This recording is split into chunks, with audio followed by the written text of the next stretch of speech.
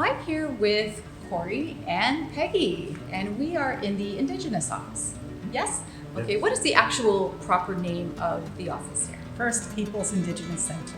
First Peoples Indigenous Centre at Durham College. Yep. So, Cory, what is your role at the centre?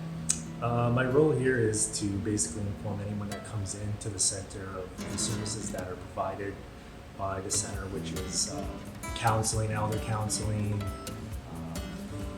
cultural activities that we provide, and basic bursary information that people may want to inquire about, and our self-identification project that we're always constantly trying to get people to self-identify that are new to the school.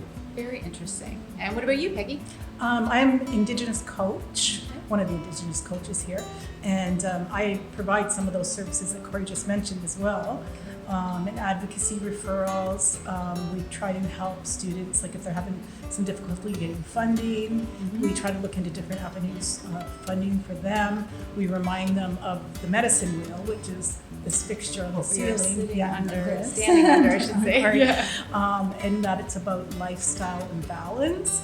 About even though they're here for the mental aspect of the medicine wheel, they need to take care of their physical, spiritual, whatever that means to them, and emotional well-being as well. So we try to offer all of that here at the center.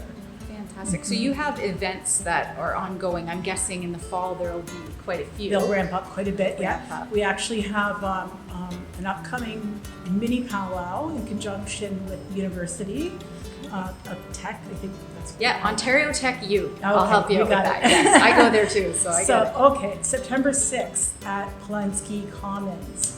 So grand entry 12 until 4, yeah. All right, fantastic. So if anyone wanted to come to the center and just kind of get an idea of what services you offer, I mean, do you have to be of Indigenous descent? No. No? No. Who would you suggest come to the center? Everybody, anybody can come, right? Because it's about education and learning and sharing and feeling safe in a space, right? It's so important. Mm-hmm. Cory, you're here over the summer, right?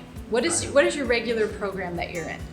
I'm currently enrolled in the Music Business Administration program. It's a 3-year program. Okay. And how did you end up doing this as your summer job?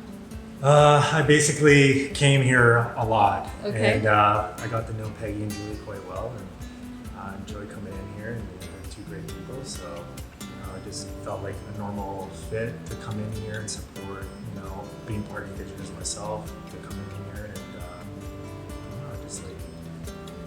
just give back, I guess, in some kind of way, So. That's great. Giving back is so important, and being able to connect with people, especially as a student yourself, knowing what some of the concerns might be of other students, right? So I think you picked a winner, probably, right? I think so too. And I think Cory has some things planned for the summer, so we'll talk about that at another time. So working on something. He's always working on something. He's publicly stated that, so now we have to definitely share it. Now it's out there now. No, it's out there. I do have a question for you, Peggy.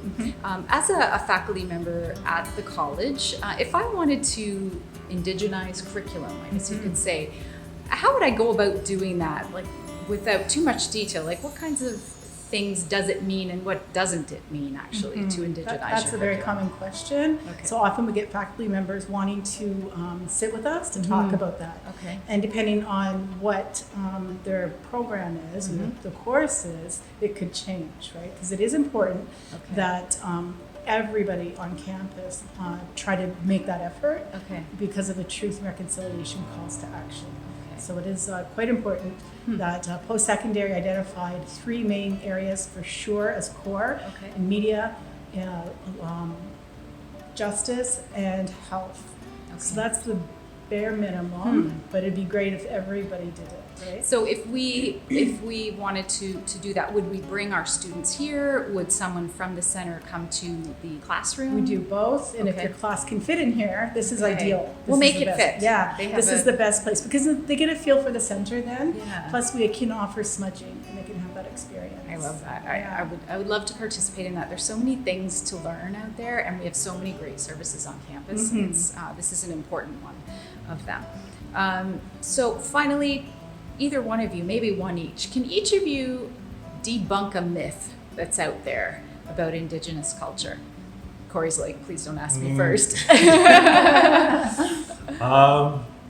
I think the common misconception about Indigenous people is that they actually don't even really exist anymore. There's a thriving, there's numerous reservations all across Canada and stuff, and we're actually now, as of Stats Canada's stats, we're the fastest, well, under 25 is the biggest or the fastest growing demographic in all of Canada. Is that right? Yeah. Okay, see, I didn't know that.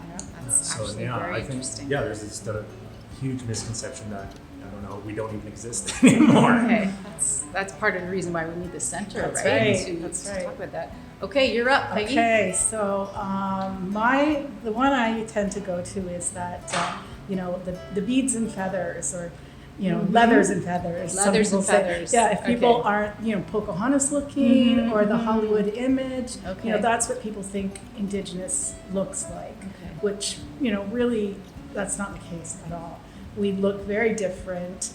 Many faces of Indigenous people, First Nations, Métis, Inuit, and you don't know who you're talking to necessarily, right? So that's why it's important that we really put the self-ID out there Okay. and let people feel comfortable and be in a comfortable place to self-identify, Right. and not worry about the status card. Mhm. That's a government standard. Okay.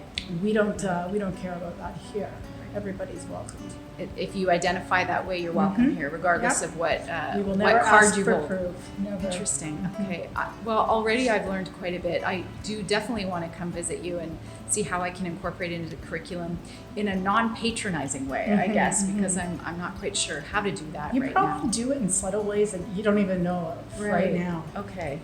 I know with Cory we talked about music artists that are out there that people know, that even just talking about people in general as part of just artists. It doesn't have, you don't necessarily have to point out a specific background for it to be valid, right? You're just including people. It's being inclusive. So I really appreciate both of you taking the time Thank you. to share this. If you want to connect with Peggy or Cory, they are located in which building?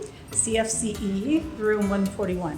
141. Right. So if you walk by and you peek in and you see there's a totem pole by the door. Yeah, right? there is now. It's quite That's nice. Cory's idea. Cory's actually, idea. Open up the doors. Yeah, get Right? more people Because in here. people often walk by and they look and they're curious, Yeah. but they're afraid to open that door. Yes. So we're changing that up. Don't be afraid to open the No. door. That's the call to action. Cory Open the Cory door. doesn't bite. Yeah. Cory doesn't bite. I don't Not bite. too bad. That's right. Okay. Well, thanks a lot to both of you. Okay. I'm sure a lot of people will benefit from you Yeah. doing this video. Yeah, Okay. great. Have a great summer. You too. All right. Okay. Thanks. Take Bye. care.